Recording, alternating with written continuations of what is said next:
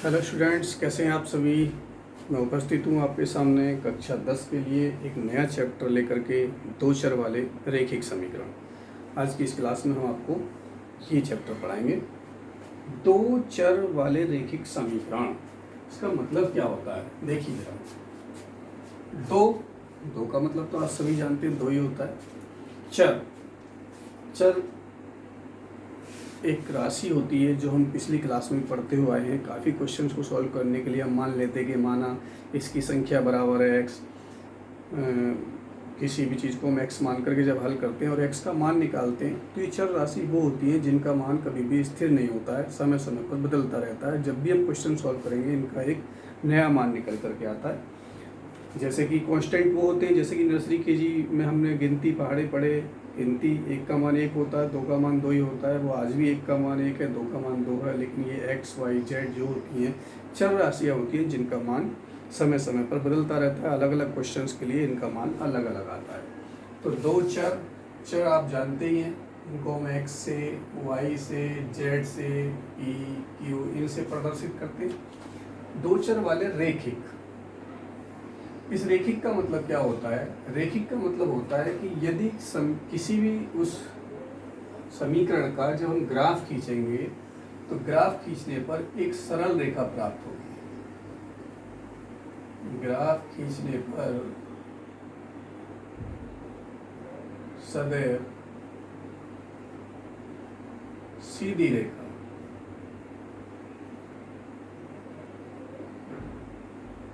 प्राप्त होती। उसके बाद बात आती है इसमें समीकरण का मतलब होता है कि जब एक, दो, तीन जितनी भी अज्ञात चर राशियाँ होती हैं इस तरीके से व्यवस्थित होती है कि उनकी left hand side right hand side के बराबर होती है, यानी उनका बायां पक्ष दायां पक्ष के बराबर होता है।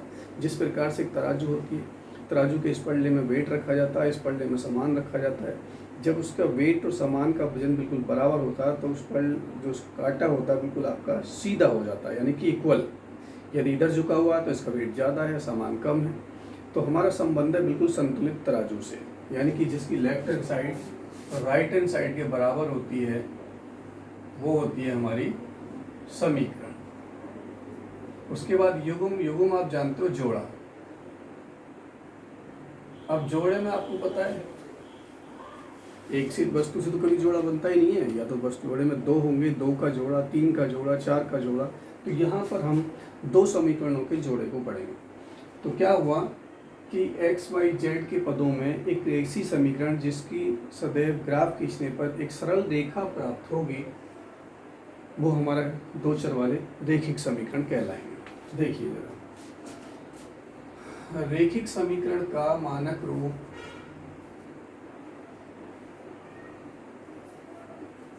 रैखिक समीकरण का मानक जो होता है वो होता है ax plus B Y plus C बराबर 0। ये रैखिक समीकरण का मानक रूप होता है दो चर वाली रैखिक समीकरण का। देखिए दो चर, यहाँ पर एक x है और एक y है, दो चर हो गई। यहाँ पर क्या है, a का मान कभी 0 नहीं होगा और b का मान कभी 0 नहीं होगा। यदि आपने a का मान 0 कर दिया तो ये बचेगा बी वाई प्लस सी। फिर ये दो चर वाली रैखिक समीकरण नहीं बचेगी, ये एक चर वाली रैखिक समीकरण हो जाएगी। और यदि b का मान 0 कर देते हैं तो समीकरण हो जाएगी आपकी ax प्लस सी बराबर 0। तब भी ये एक चर वाली रैखिक समीकरण होगी। तो यहाँ पर a और b का मान 0 नहीं होगा। अब चूंकि यहाँ पर बात आई है दो चर वाले रैखिक समीकरण युग्म, तो युग्म में कम से कम जोड़ा जोड़ा बनाने के लिए हमारे पास दो समीकरण होनी जरूरी है। तो क्या है, हम युग्म के लिए क्या लिखेंगे, हम युग्म का मतलब दो चर वाले रैखिक समीकरणों का युग्म। समीकरणों का युग्म अगर हम देखें तो देखिए होता है a1x plus b1y plus c1 बराबर 0 और इसको a2x plus b2y plus c2 बराबर 0। इसमें देखिए A1 B1 C1 लिखा है मैंने, क्योंकि हम इसको हमेशा पहली समीकरण मानेंगे। इसमें A2 B2 C2 लिखा है, इसको हम हमेशा दूसरी समीकरण मानेंगे। यानी कि पहली समीकरण में x का गुणांक A1, y का गुणांक B1 और कांस्टेंट हमारा C1 हो गया। दूसरी समीकरण में x का गुणांक A2, y का गुणांक B2 और कांस्टेंट हमारा C2 हो गया। ये जो मानक रूप है ax plus B Y plus C बराबर 0, इसको आप चाहो तो ये भी लिख सकते हो ax प्लस बी वाई बराबर सी। दोनों एक ही बात है। ये कांस्टेंट वैल्यू कभी बराबर से इधर दी होती है और कभी बराबर से इधर दी होती है। तो ये हमारा, क्योंकि रेखिक समीकरण युग्म पढ़ रहे हैं, युग्म का मतलब जोड़ा होता है, और जोड़े के लिए ये दोनों हमारे मानक रूप होते हैं। पहली समीकरण हमेशा a1x plus b1y plus c1 बराबर 0, और दूसरी समीकरण a2x plus b2y plus c2 बराबर 0 मानेंगे। उसके बाद आता है, देखिए जब इन समीकरणों को हल करेंगे, हल करने के बाद में x और y की हमें वैल्यू फाइंड आउट करनी होगी। x और y का जो मान निकल करके आएगा, अगर वही x और y का मान इस समीकरण में हम रख देंगे और इस पूरे को सरल करने पर उसका मान 0 हो जाए, यानी left hand side right hand side के बराबर हो जाएगी, तो x का दिया हुआ मान जो होगा वो इस समीकरण का एक हल होगा। तो देखिए रेखिक समीकरण युग्म का हल, रेखिक समीकरण युग्म, देखिए युग्म को हम निकाय भी लिख सकते हैं। निकाय, निकाय जानते हो, दो वस्तुओं का समूह, ठीक है, जोड़ा। शादी होती है तो कहते हैं ना कि निकाय हो रहा। निकाय में भी तो दो व्यक्तियों का, यानी कि मेल फीमेल का एक सम्मेलन होता है, तो उसको हम निकाय कहते हैं। रेखिक समीकरण युग्म का हल, देखिए इसके हल भी हमारे, पहले हमें समीकरण निकाय को देखना पड़ता है कि वो समीकरण निकाय संगत है या असंगत है, यानी वो हल करने के योग्य है या नहीं है। देखिए जरा, इसके दो रूप होते हैं, एक होता है संगत निकाय,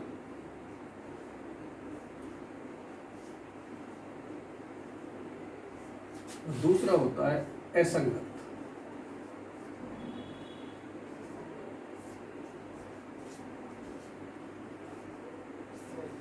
संगत निकाय और असंगत निकाय। मार्कर की इंक कुछ ज्यादा निकल रही है।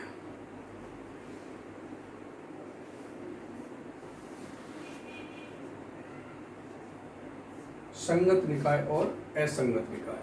अब ये संगत और असंगत निकाय क्या होते हैं? देखिए संगत निकाय में क्या होता है कि x व y, यानी जब उस दो समीकरणों के निकाय को हम हल करेंगे तो x और y का कम से कम एक मान अवश्य होगा।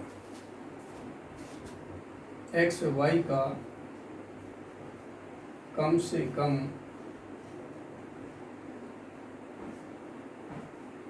एक मान अवश्य होगा।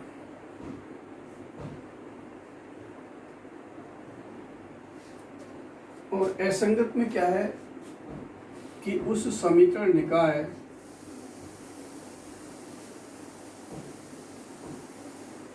का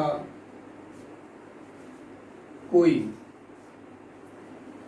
हल नहीं होगा। समीकरण निकाय का कोई हल नहीं होगा। वो किस किस कंडीशन में होता है, कैसे कैसे होता है, देखिए हम बता देते हैं। देखिए इसमें क्या है, सबसे पहली बात कि आपको दो समीकरण इस तरीके से दी होंगी और आपसे पूछेगा कि बताइए ये समीकरण निकाय संगत है या असंगत है। संगत का मतलब कि हम उस समीकरण को हल कर सकते हैं, हल करने के बाद उस x और y का कोई ना कोई मान हम निकाल सकते हैं। x और y का एक यूनिक सॉल्यूशन भी आ सकता है और x और y के अनंत अनेक हल भी आ सकते हैं। लेकिन असंगत में x और y का कोई हल होगा ही नहीं, यानी x और y का कोई भी सॉल्यूशन नहीं होगा उसमें।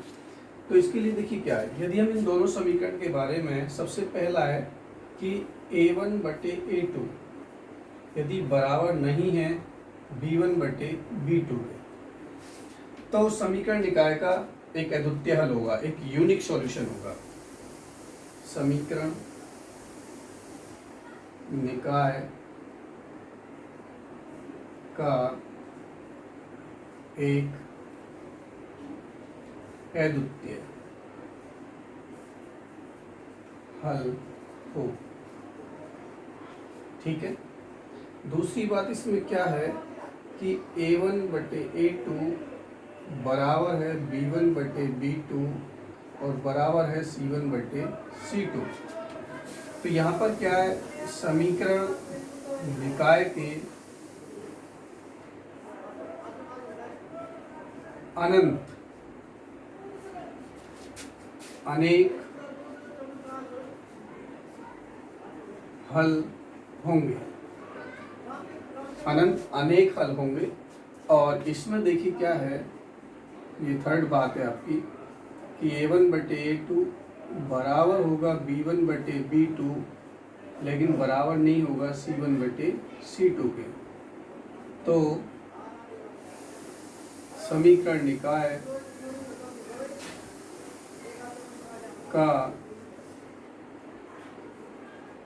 कोई हल नहीं होगा। देखिए जब समीकरण आपको दी होंगी तो a1 ये रहा, a2 ये रहा, इन दोनों में डिवाइड कर सकते हैं, a1/a2 निकाल देंगे। यहाँ से b1 में b2 का डिवाइड करेंगे तो b1/b2 निकाल देंगे, और c1 और c2 पता हो जाएगा तो c1/c2 भी निकाल सकते हैं। और a1/a2 b1/b2 और c1/c2 के आधार पर हम बड़े आसानी से पता लगा सकते हैं कि हमारा हल संगत है या असंगत है। अब देखिए आपके सामने है रेखिक समीकरण युग्म को हल करने की विधियाँ। वैसे तो रेखिक समीकरण युग्म को हल करने की आपके 10th लेवल में 2 विधियाँ होती हैं। नंबर 1 आलेखीय विधि,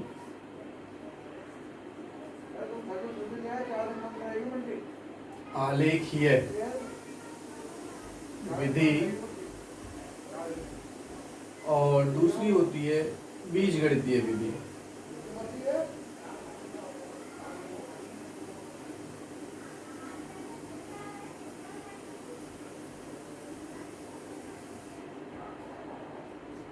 बीजगणितीय विधि।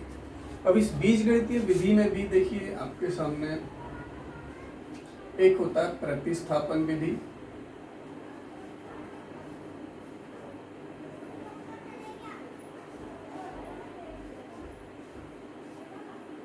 दूसरी होती है आपकी विलोपन विधि,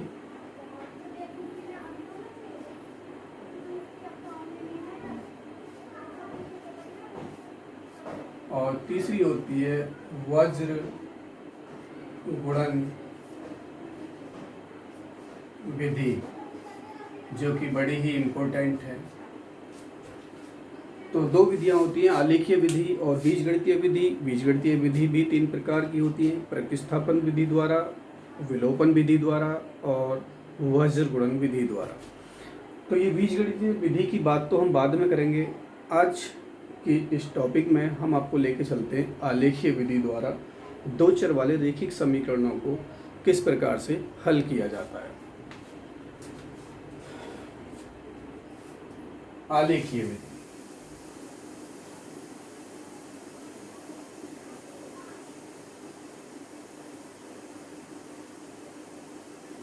देखिए इस आलेखीय विधि में आपको 2 समीकरण युग्म दिया होगा, a1x + b1y + c1 = 0, a2x + b2y + c2 = 0। ये इक्वेशन फर्स्ट होगी और ये इक्वेशन सेकंड होगी, और हमसे कहा जाएगा आलेखीय विधि द्वारा इस समीकरण निकाय का हल कीजिए।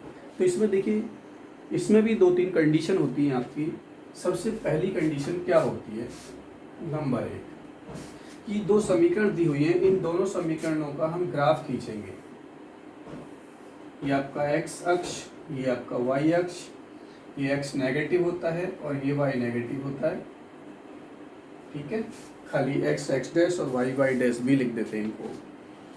ठीक है, तो देखिए मुझे 2 समीकरण दी हुई हैं, इन दोनों समीकरणों का यदि मैंने ग्राफ खींचा, मान लेते हैं एक समीकरण है हमारी, एक समीकरण का ग्राफ हमने खींचा, इस तरीके से जा रहा है।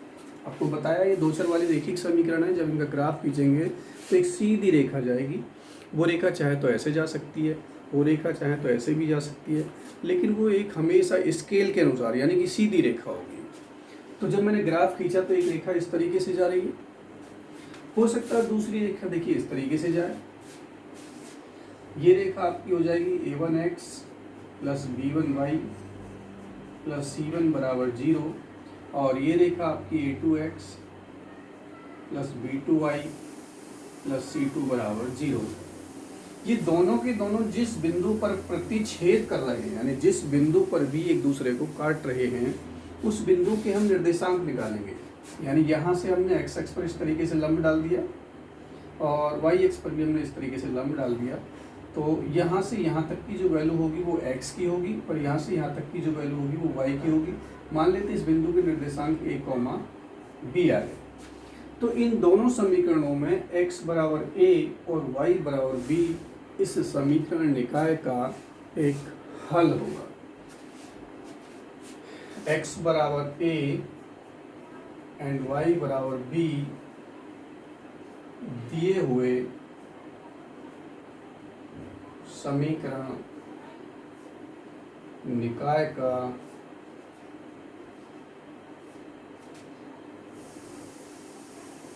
एक अद्वितीय हल होगा, यानी एक यूनिक सॉल्यूशन होगा। x और y का ये मान इन दोनों समीकरणों को पूर्ण रूप से संतुष्ट करेंगे, यानी इनकी left hand side right hand side के बराबर होगी। सेकंड कंडीशन क्या आती है?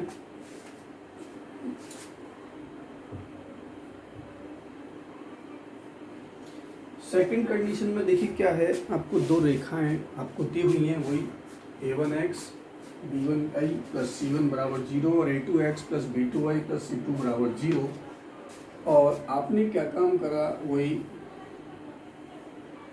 x y दोनों रेखाओं का ग्राफ खींचा। ग्राफ कैसे खींचेंगे ये सब भी अभी हम आपको सिखाएंगे। दो रेखाओं का आपने ग्राफ खींचा तो हो सकता है कि एक रेखा देखिए कहीं भी जा सकती है, रेखा ऐसे भी जा सकती है, इसमें भी कोई सी भी अक्ष में जा सकती है।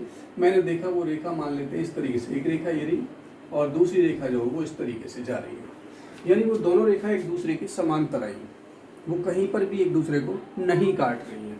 ये रेखा आपकी a1x plus b1y plus c1 बराबर 0 और ये a2x plus b2y plus c2 बराबर 0। ठीक है, जब ये दोनों रेखाएं एक दूसरे को कहीं नहीं काट रही तो इसका मतलब इन दोनों रेखाओं का कोई हल नहीं होगा, ये एक दूसरे के समांतर होंगी, यानी दोनों रेखाएं समांतर आएंगी। जब दोनों रेखाएं समांतर होंगी तो इसका मतलब है असंगत निकाय है, ये असंगत निकाय, यानी कि इसका हल नहीं होगा, यानी इसका कोई हल नहीं, कोई हल नहीं, यानी समीकरण निकाय का कोई हल नहीं है। और वैसे ही मैं आपको बता दूं कि ये वाली जो कंडीशन आती है जब एक दूसरे को ये प्रतिच्छेद करती हैं तो वो हमेशा इस वाली कंडीशन पे करती है कि a1/a2 बराबर नहीं होगा b1/b2। तो वो हमेशा एक दूसरे को प्रतिच्छेद करेंगी, अवश्य करेंगी, और x और y का एक यूनिक सॉल्यूशन आता है। ये कब होता है? जब a1/a2 बराबर होगा b1/b2 और बराबर नहीं होगा c1/c2। ये तब के लिए है। तो दोनों रेखाएं समांतर होंगी, असंगत निकाय होगा, उनका कोई भी हल नहीं होगा। तीसरी कंडीशन देखिए क्या हो सकती है। थर्ड कंडीशन आपने क्या इस तरीके से x अक्ष y अक्ष ये y ये x, आपने एक रेखा का ग्राफ खींचा, मान लो वो रेखा इस तरीके से जा रही है। ठीक है, वो रेखा हमारी है a1x plus b1y plus c1 बराबर 0। उसके बाद में दूसरी रेखा जो a2x plus b2y plus c2 बराबर 0 है, उसका भी आपने ग्राफ खींचा तो वो रेखा भी सेम टू सेम इसी के ऊपर से जा रही है, यानी उसका भी बिल्कुल ग्राफ यही है। यानी दूसरी रेखा जो a2x plus b2y plus c2 बराबर 0 है, वो रेखा भी उसी रेखा के ऊपर अध्यारोपित होती है। इसका मतलब क्या हुआ, इस रेखा पर स्थित कहीं पर भी कोई भी बिंदु हम लें, इस पर अनेक अनंत बिंदु हो सकते हैं और वो प्रत्येक बिंदु उन दोनों रेखाओं को संतुष्ट करेगा। इसका मतलब क्या हुआ कि इस स्थिति में उन दोनों रेखाओं के अनंत अनेक हल हो सकते हैं, ठीक है। और ये इस स्थिति में समीकरण निकाय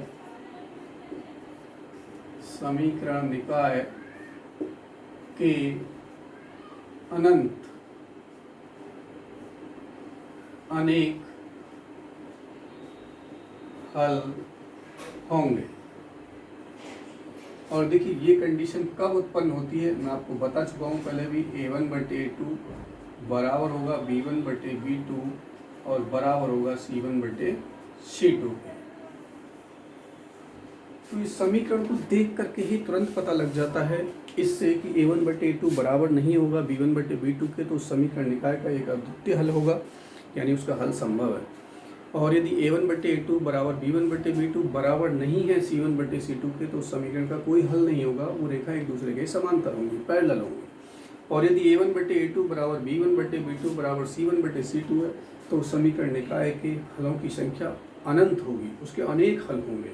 यानी कि उन दोनों रेखाओं का यदि हम ग्राफ खींचेंगे तो एक रेखा के ऊपर दूसरी रेखा आएगी, यानी वो दोनों रेखाएं एकदम समपाती का मतलब समान पाई जाती है, ठीक है। तो देखिए हम एग्जाम्पल लेते हैं आपके लिए, और एग्जाम्पल के अनुसार एक दो क्वेश्चंस आपको हम क्लियर कराते हैं। ये देखिए मैंने क्वेश्चन लिखा है, एक एग्जाम्पल है आपके लिए। दो समीकरण दे रखी हैं आपको, x + y बराबर 10 और x - y बराबर 4 है। तो आलेखी विधि के द्वारा ये हमें हल करनी है कि x और y का मान क्या होगा। तो देखिए आलेखी विधि से हल करने के लिए आप क्या करना होगा, सबसे पहले आप समीकरण 1 को लीजिए। समीकरण 1 से समीकरण 1 है आपका x + y बराबर 10। तो यहाँ से हमेशा y का मान निकालिए, y बराबर 10 - x। अगर यहाँ पर x + 2y बराबर 10 होता तो 2y बराबर 10 - x, और फिर 2 को भी हम इधर ले जाते तो वो 10 - x/2 हो जाता। यानी कि हमें सिंगल y यहाँ रखना है, बाकी सबको इधर ले जाना। उसके बाद आपको इस तरीके से एक टेबल बनानी है। देख, किसी भी रेखा का ग्राफ खींचने के लिए यहाँ x लिखेंगे, यहाँ y। किसी भी रेखा का ग्राफ खींचने के लिए आपको 2 बिंदु से भी ग्राफ खींच जाएगा, लेकिन आप ज़्यादा से ज़्यादा कम से कम 3 या 4 बिंदु लेने की कोशिश किया करो। तो हम क्या काम कर रहे हैं, देखिए यहाँ पर हमने x बराबर 0 रख दिया इसमें, या 0 नहीं रख रहे, हम इसमें रखते हैं x बराबर कोई भी 2 मान निकाल लेते हैं। x बराबर मान लो मैंने यहाँ पे 5 रख दिया। जब x बराबर 5 यहाँ पर रख देंगे तो 10 में से 5 घटाएंगे, क्या आएगा, 5 ही आएगा। मान लो मैंने x बराबर यहाँ पर 6 रख दिया, तो 10 में से 6 गया, यहाँ पर आपका 4 बच जाएगा y का मान, ठीक है। y बराबर 10 - x है ना, x का मान यहाँ रखते जाओ, जो हल करके आएगा वो y का मान हो गया। एक आध मान और भी ले सकते हो, मान लो आपने 7 ही ले दिया। जब x का मान 7 यहाँ रखोगे तो 10 में से 7 घटाओगे, 3 बचेगा, वो y का मान हो जाएगा, ठीक है। ये तो हम क्या काम करते हैं, देखिए इस तरीके से हमने एक लाइन खींची, ग्राफ आप सभी लोगों ने देखा, ये अच्छे तरीके से आप बनाओगे। ये x डैश हो गया, ये y डैश। आप स्केल लोगे, स्केल से बिल्कुल सीधी एक लाइन और बीच में एक लाइन इस तरीके से खींचोगे, और 1 सेंटीमीटर की दूरी पर आप इस तरीके से निशान लगा लोगे, इस तरीके से 3 4 5 6 7 1 2 3 4 5 6 7, ऐसे इधर 1 2 3 4 5 6 1 2 3 4 5 6, इस तरीके से। तो देखिए क्या है यहाँ पर, x बराबर 5 y बराबर 5। आपको पता है ये हमारा ओरिजिन होता है, मूल बिंदु से हम इधर चलते हैं x अक्ष पर प्लस में, y अक्ष पर ऊपर को प्लस में चलते हैं, फिर x अक्ष पर इधर को माइनस में, और y अक्ष पर नीचे को माइनस में। जो भी निर्देशांक होते हैं पहले हमेशा x का मान लिखा जाता है फिर y का। तो देखिए इसमें x का मान 5, y का मान भी 5 है, तो x बराबर 5 देखिए 1 2 3 4 5, यहाँ हो जाएगा 5, और उसके बाद y बराबर भी 5 है, तो ठीक इसके ऊपर गिनते जाइए 1 2 3 4 5, यानी कि इसके ठीक सामने यहाँ पर ये बिंदु हमारा ये हो गया, इसको लिख देंगे बिंदु A 5,5, ठीक है। सेकंड बिंदु है इसका 6,4, ठीक है। तो 6,4 कहाँ होगा आपका, देखिए ये रहा, यहाँ पर जाइए, x बराबर हो गया आपका 6 यहाँ, फिर 4 यानी कि ये रहा, इसके ऊपर 6,4 यानी कि ये हो गया आपका बिंदु B 6,4। अब देखिए 7 आ रहा है, 7 तो बहुत आगे पहुंच गया, तो हम छोटी कर लेते हैं इस वैल्यू को भी, 7 ना लेकर के कम ले लेते हैं, 4 ले लो, 3 ले लो, 4 ले लेते हैं। चलो हम यहाँ पे जब x बराबर 4 रखेंगे यहाँ पे, तो 10 में से 4 जब हटाओगे तो 6 बचेगा, ठीक है। तो देखिए यहाँ पर आपका क्या होगा, ये x बराबर 4, 1 2 3 4 यहाँ पर हो गया, और y बराबर है 6, यानी 5 यहाँ पर था, 6 ये रहा, यानी इसके ठीक ऊपर इस तरीके से आप जाओगे और यहाँ पर आप रखोगे ये रहा, ये आपका बिंदु C हो जाएगा 6,4, और आप स्केल लोगे, स्केल इनके ऊपर रखोगे और इनको मिलाती हुई सीधी एक इस तरीके से बेटा रेखा खींच दोगे, ऐसे इस तरीके से ये रेखा जाएगी सीधी, ठीक है।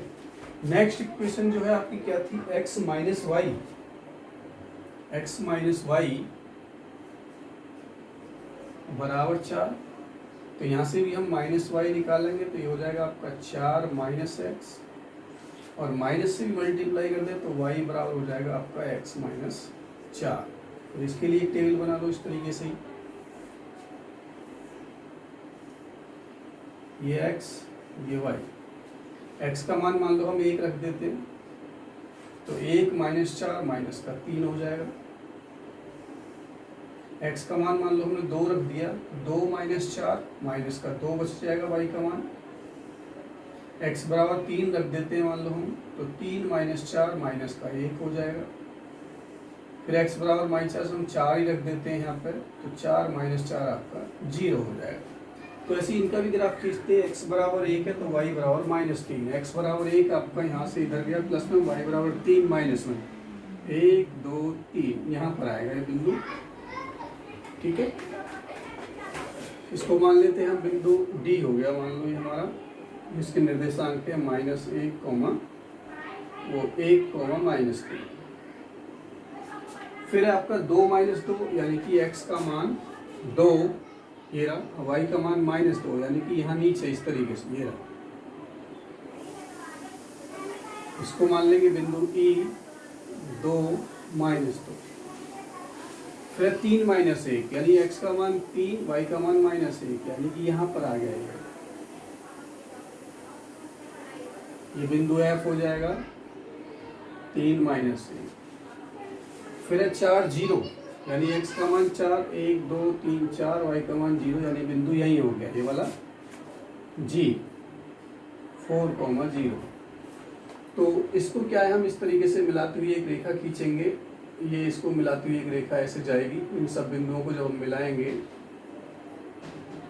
इन सब बिंदुओं को मिलाते हुए हमने एक रेखा खींची। ये जो आलेख आया था हमारा वो था रेखा x प्लस वाई बराबर 10, और ये जो आलेख है हमारा रेखा x माइनस वाई बराबर 4 का है।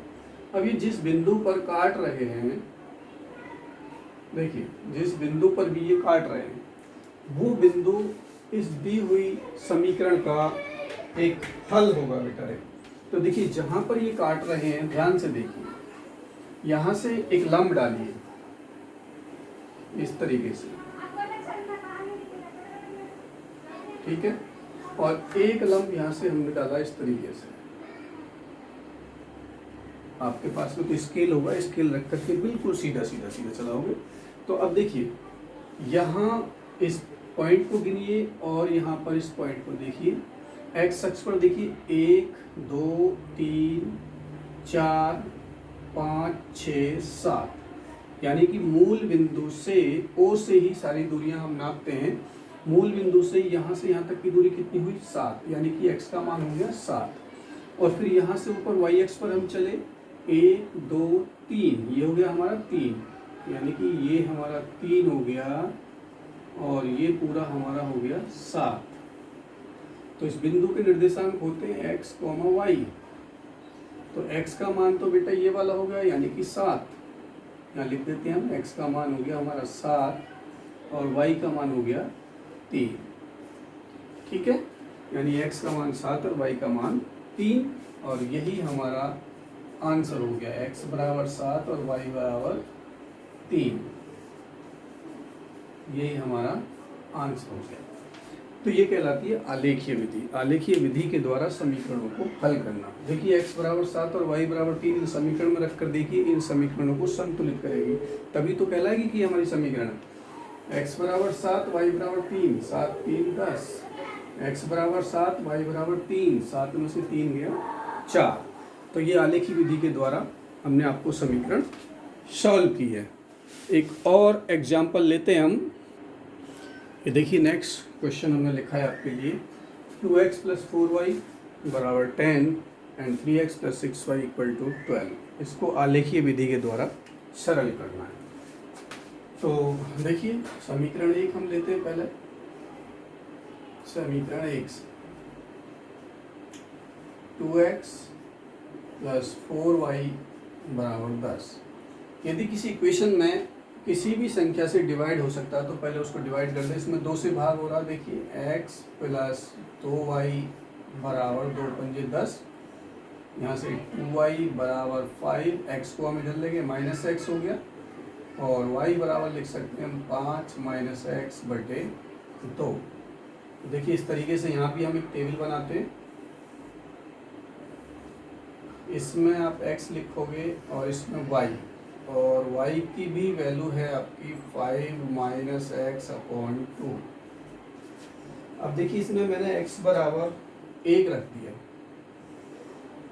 ये अपनी तरफ से रखते हैं, हिसाब लगा लेते हैं कि हम x बराबर 1 रखें, 2 रखें, क्या रखें, मतलब कोई भी पूर्णांक वास्तविक संख्या आ जाए, हमारी पॉइंट में नहीं आए, यानी कि धनात्मक धन पूर्णांक आ जाए। जब x बराबर 1 हमने इसमें रखा है, यहाँ पर देखिए 1, तो 5 में से 1 दिया 4, और 4 में 2 का भाग देंगे तो 2 आ जाएगा। उसके बाद हमने x बराबर इसमें देखिए 3 रखा, तो 5 - 3 2 बचेगा, 2 में 2 का भाग देंगे तो 1 हो जाएगा। और देखिए हम क्या काम कर रहे हैं, इसमें 5 ही रख लेते हैं। चलो 5 - 5 0, और 0 में किसी भी संख्या से भाग देते हैं तो 0 हो जाता है। तो देखिए हम इसके लिए भी एक ग्राफ खींचेंगे। x y, इस तरीके से समान समान दूरी पर आप पॉइंट लगा लेंगे, 1 2 3 4 5, ऐसे इधर 1 2 3 4 5 6। आपको स्केल से काम करना है, साफ साफ अच्छे तरीके से। जब आप स्केल से रखोगे तो बिल्कुल सही आपका आंसर आएगा। तो देखिए इसमें x बराबर 1 y बराबर 2, x बराबर 1 ये रहा, y बराबर 2, यानी कि यहाँ का ये पॉइंट हो जाएगा। ठीक है, x बराबर 3 है और y बराबर 1, यानी कि ये पॉइंट आपका यहाँ हो जाएगा। फिर है आपका x बराबर 5, y बराबर 0, 1 2 3 4 5, यानी यहाँ हो गया। तो ध्यान से देखिए, ये आपका बिंदु हो जाएगा आपका A, ये बिंदु B और ये बिंदु C। इन सबको आप मिलाती हुई एक रेखा खींच सकते हो बड़े ही आसानी से, और वो रेखा आपकी इस तरीके से जाएगी। ये रेखा है हमारी 2x + 4y बराबर 10 का आलेख हो गया। नेक्स्ट जो है समीकरण 2। समीकरण 2 से पहले तो इसमें भी देखिए 3 से हम डिवाइड कर सकते हैं, तो ये हो जाएगा आपका x + 3 दूनी 6, फिर 3 चौके 12। तो यहाँ से हम निकाल सकते हैं 2y बराबर 4 - x, और y बराबर 4 - x/2 हो जाएगा। तो हम यहाँ भी एक इस तरीके से टेबल बना सकते हैं। इसमें लिखिए आप x और इसमें y, और y की वैल्यू रख सकते हो 4 माइनस एक्स अपॉन 2, जो हमने यहाँ पे सॉल्व किया। अब आप इसमें एक्स वाई जेड के इस तरीके से मान रख सकते हैं। एक्स का मान देखिए मैंने 2 रखा, 4 माइनस 2 कितना बचेगा 2, और 2/2 1 हो जाएगा। मान लो मैंने 0 रख दिया, एक्स का मान 0, तो 4 माइनस 0 तो 4 ही बचेगा, और 4 में 2 का भाग देंगे तो 2 हो जाएगा। फिर मान लेते हैं एक्स बराबर 4 ही रख दिया मैंने। देख इक्वेशन को देख के पता लग रहा है ना कि हम क्या क्या मान रख सकते हैं। 4 माइनस 4 0 हो जाएगा, 0 में 2 से भाग देंगे तो ये भी हमारा 0 हो जाएगा। अब यहाँ इसका भी एक आलेखन खींच लेते हैं, ग्राफ खींचते हैं। एक्स बराबर 2, वाई बराबर 1, एक्स बराबर 2 ये रहा, और वाई बराबर 1 यानी कि यहाँ हो जाएगा इसके ठीक ऊपर ये रहा। फिर एक्स बराबर 0 और वाई बराबर 2, एक्स बराबर 0 तो यही रहा, और वाई बराबर 2 यानी यहाँ आ गया, ये बिंदु हो गया आपका। फिर एक्स बराबर 4, 1 2 3 4, और वाई बराबर 0 यानी यही रहेगा। तो इन तीनों बिंदुओं को भी देखिए ध्यान से मिलाते हुए एक रेखा खींचो, यानी इस तरीके से इनको भी हम इस तरीके से खींचे, सबको खींचे, तो ये दोनों रेखा एक दूसरे को देखो कहीं नहीं काट रही है। ये आलेखन आया हमारा 3x + 6y बराबर 12 पर। अब इन दोनों आलेखन को देखने से ये पता लग रहा है कि ये एक दूसरे को देखिए कहीं भी नहीं काट रहे हैं, ये एक दूसरे के समांतर आ गए। एक दूसरे के समांतर आ गए, इसका मतलब समीकरण निकाय का कोई हल नहीं है। समीकरण निकाय का कोई हल नहीं है। और मैंने आपको पहचान बताई थी, समीकरण निकाय का कोई हल नहीं होती है, उसकी कंडीशन होती है a1/a2 बराबर b1/b2 और बराबर नहीं होगा c1/c2। तो देखिए यहाँ पर क्या है, a1 b1 c1, a2 b2 c2। देखिए a1 ये रहा, a2 ये रहा, यहाँ पर हम a1/a2 निकालें। देखिए a1 का मान 2 है और a2 का मान है 3। उसके बाद b1/b2 निकाल सकते हो आप। b1 का मान 4 है और b2 का मान 6 है, 2 से कट जाएगा, 2 दूनी 4, 2 तिया 6। उसके बाद आप c1/c2 निकाल सकते हैं। c1 का मान 10 है और c2 का मान 12 है, 2 से कट जाएगा, 2 पंजे 10 और 2 छिक्के 12। ध्यान से चेक करो, ये देखो 2/3 2/3, यानी कि a1/a2। देखिए जरा a1/a2 बराबर हो गया b1/b2, यही दोनों इक्वल आ गए, a1/a2 b1/b2। लेकिन c1/c2 का मान तो 5/6 है, यानी कि ये बराबर नहीं है इनके c1/c2 के। तो देखिए ध्यान से a1/a2 बराबर b1/b2 बराबर नहीं है c1/c2, तो उस समीकरण निकाय का कोई हल नहीं होगा, वो असंगत निकाय होता है। यानी कि वो दोनों की दोनों समीकरण एक दूसरे के समांतर होती है, दोनों रेखाएं एक दूसरे के समांतर होती हैं। तो ये हमारी आलेखी विधि। आलेखी विधि के द्वारा आप NCERT की जो बुक है आपकी, उसमें दिए गए क्वेश्चंस को सॉल्व कीजिए। यदि आपको कोई प्रॉब्लम होती है तो नीचे कमेंट्स बॉक्स में आप मुझे लिख करके सेंड कीजिए। आपको कोई प्रॉब्लम यदि होती है तो मैं नेक्स्ट वीडियो में आपकी प्रॉब्लम्स का समाधान करूँगा। और नेक्स्ट वीडियो में हम फिर उपस्थित होंगे 2 चर वाले रैखिक समीकरण को हल करने की अन्य विधियाँ, जैसे कि हमने भी आपको बताई बीजगणितीय विधियाँ भी होती हैं, तो उन विधियों के साथ में हम फिर उपस्थित होंगे। तब तक के लिए थैंक यू वेरी मच।